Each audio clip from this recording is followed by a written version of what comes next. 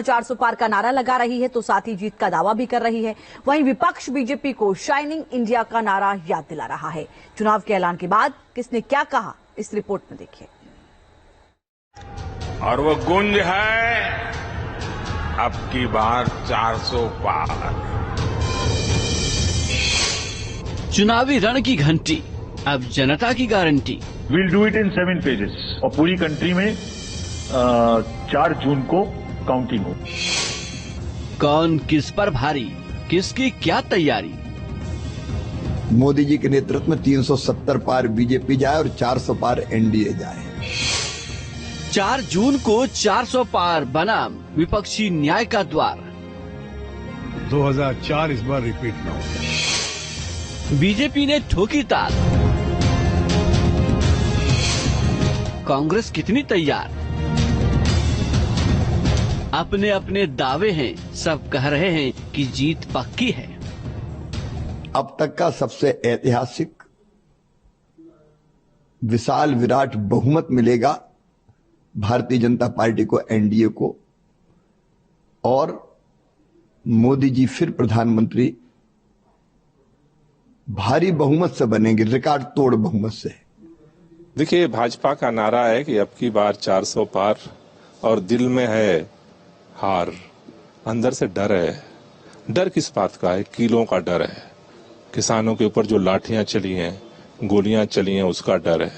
इस देश में जो बेरोजगार दर दर भटक रहा है 10 साल से, कोई सुनने को तैयार नहीं है, उसका डर है। देखिए, नंबर सेट हमें करने की अधिकार नहीं है, क्योंकि ये जो 400 नंबर की बात कर रहे हैं ना, ये अहंकार की एक प्रकाश है।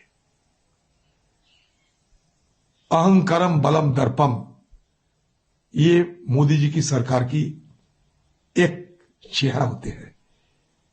400 पार तो हमने बार बार कहा है कि लोकतंत्र में ऐसा दावा जब कोई करे तो इसका मतलब मशीन और मस्तिष्क दोनों को हाईजैक करने की योजना। लोकतंत्र में इस तरह से नारे नहीं होते। इससे पूर्व कभी सुना है? अरे साहब, देश में हाहाकार मचा हुआ है, आप नौकरी और रोजगार पे क्यों नहीं बोल पाते? तब 400 पार की बात आपकी यथार्थ दिखती है। चुनावों की तारीख मिलते ही नेताओं का ये कॉन्फिडेंस देश के चुनाव को दिलचस्प बना देता है। फैसला जनता को सुनाना है अपने वोटों से, लेकिन नेताओं के दावे देखिए, क्या भरोसा है। चुनावी कैलेंडर जारी हो चुका है। अब होगा ये कि नेताओं की दलीलें, वादे, इरादे, सत्ता समीकरण सब जाएंगे जनता के दरबार। जनता सबको सुनेगी, फिर इनमें से ही अपना नेता चुनेगी। बाकी आप सब जानते ही हैं कि नेताजी लगे हैं महीनों से जनता के दिलों पर अपनी छाप छोड़ने। चुनावों का ऐलान होते ही सियासी तपिश बढ़ गई है। बीजेपी और विपक्षी पार्टियों में जुबानी जंग तेज हो गई है। बीजेपी 400 पार के लक्ष्य के साथ मैदान में है। विपक्ष बीजेपी को सत्ता से उखाड़ फेंकने का दावा कर रहा है। दुनिया का सबसे बड़ा लोकतंत्र एक बार फिर तैयार है।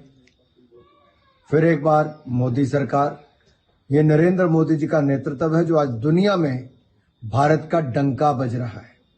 और हमारे लिए तो एक अवसर है जनता के बीच में जाने का, मोदी सरकार की उपलब्धियां बताने का। लेकिन मुझे इस बार लग रहा है भारत का चुनाव हो रहा है वो मुझे कुछ 2004 का, जब उस वक्त मैं भी था भारतीय जनता पार्टी में, इंडिया शाइनिंग का नारा हुआ था और क्या क्या बातें नहीं हुई थी।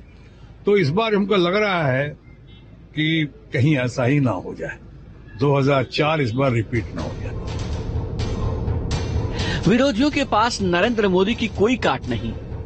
वे एक मंच पर साथ आने का दिखावा तो करते हैं, दावे भी करते हैं और मिलकर मुकाबले की बात करते हैं, लेकिन विपक्ष के इन दावे और दिखावे पर जनता के भरोसे की मुहर नहीं लगती है। देश के सबसे बड़े सूबे उत्तर प्रदेश की बात हो या फिर अरुणाचल, मिजोरम, मणिपुर जैसे नॉर्थ ईस्ट के छोटे छोटे राज्य, बीजेपी का एक एक सीट पर पूरा जोर है। इसके उलट मोदी विरोधी जाति और क्षेत्रवाद की राजनीति के सहारे दिल्ली पहुंचने की रणनीति पर काम कर रहे हैं। पक्ष विपक्ष के दावे क्या हैं, सुनिए। तैयारी पूरी है। ये एक तरफ ये है कि लगातार राहुल जी जो देश में यात्रा कर रहे हैं, खड़गे साहब भी लगातार यात्रा सभाओं कर रहे हैं, लोग भी अपने स्तर से लगे हुए हैं। तो वातावरण तो इस प्रकार से है। नरेंद्र मोदी जी के नेतृत्व में सरकार ने जिस तरह से गरीब के जीवन को परिवर्तन किया और देश का सम्मान बढ़ाया, इस विषय को हम देश के आम मतदाता तक लेकर के गए और इस तैयारी के आधार पर कि हमने जो कुछ बदलाव करने में सफलता प्राप्त की है और आने वाले समय में भारत को विकसित बनाने के लिए जिस तरह की आवश्यकता है, उस तैयारी के साथ में हम चुनाव के मैदान में डटे हैं और अब 400 पार का संकल्प लेकर के जुटे हैं। पिछले रिकॉर्ड अगर आप देखेंगे, कोविड का टाइम में भी 8 फेज में बंगाल में चुनाव हुआ था, सेंट्रल फोर्स लाके चुनाव हुआ था, लेकिन उसमें भी इनको मुंह तोड़ मिल गया था। और तब से लेकर लोकसभा हो या असेंबली हो, किसी भी बाईपोल हो, अब पंचायत तक, हर एक चुनाव में बंगाल का आदमी ये जवाब दे दिया कि एंटी बंगाल बीजेपी को ये लोग नहीं एक्सेप्ट करेंगे। तो इस बार भी 7 मरतबा क्यों, अगर 42 फेजेस में भी चुनाव होगा तो बंगाल का आदमी तृणमूल कांग्रेस का साथी रहेगा। चुनाव आयोग की ओर से जम्मू कश्मीर में विधानसभा चुनाव को लेकर कोई अपडेट नहीं आया। इस पर उमर और फारूक अब्दुल्ला केंद्र पर भड़क उठे। उन्होंने कहा कि केंद्र एक राष्ट्र एक चुनाव की बात करती है, लेकिन यहाँ इससे बच रही है। Well, it's disheartening. On one side, the government of India and the Prime Minister himself wanted one nation, one election. 4 states, they are holding state elections as well as parliamentary elections. Why is this state being denied? 2024 की लड़ाई में राहुल गांधी के साथ अखिलेश यादव भी मोदी विरोध की मशाल जलाए हुए हैं। दिन ब दिन कम होते जनाधार ने अखिलेश यादव की लीडरशिप पर सवाल उठा दिए हैं, लेकिन डिम्पल यादव जीत का दावा कर रही हैं। इस बार के चुनाव बहुत ही महत्वपूर्ण चुनाव है और मैं प्रदेश के सभी लोगों से कहूँगी कि बहुत सोच समझ के चुनाव अपना वोट डालें, क्योंकि यह चुनाव जो है यह उत्तर प्रदेश की दिशा बदलने का काम करने वाला है। अब बस ये समझ लीजिए कि चुनावी मौसम की बयार है, मुफ्त वाले वादे हैं, जीत के इरादे हैं, प्रतिद्वंदियों से जीत की तकरार है, रूठों को मनाने का मनुहार है, नेताओं की फील्डिंग सेट है।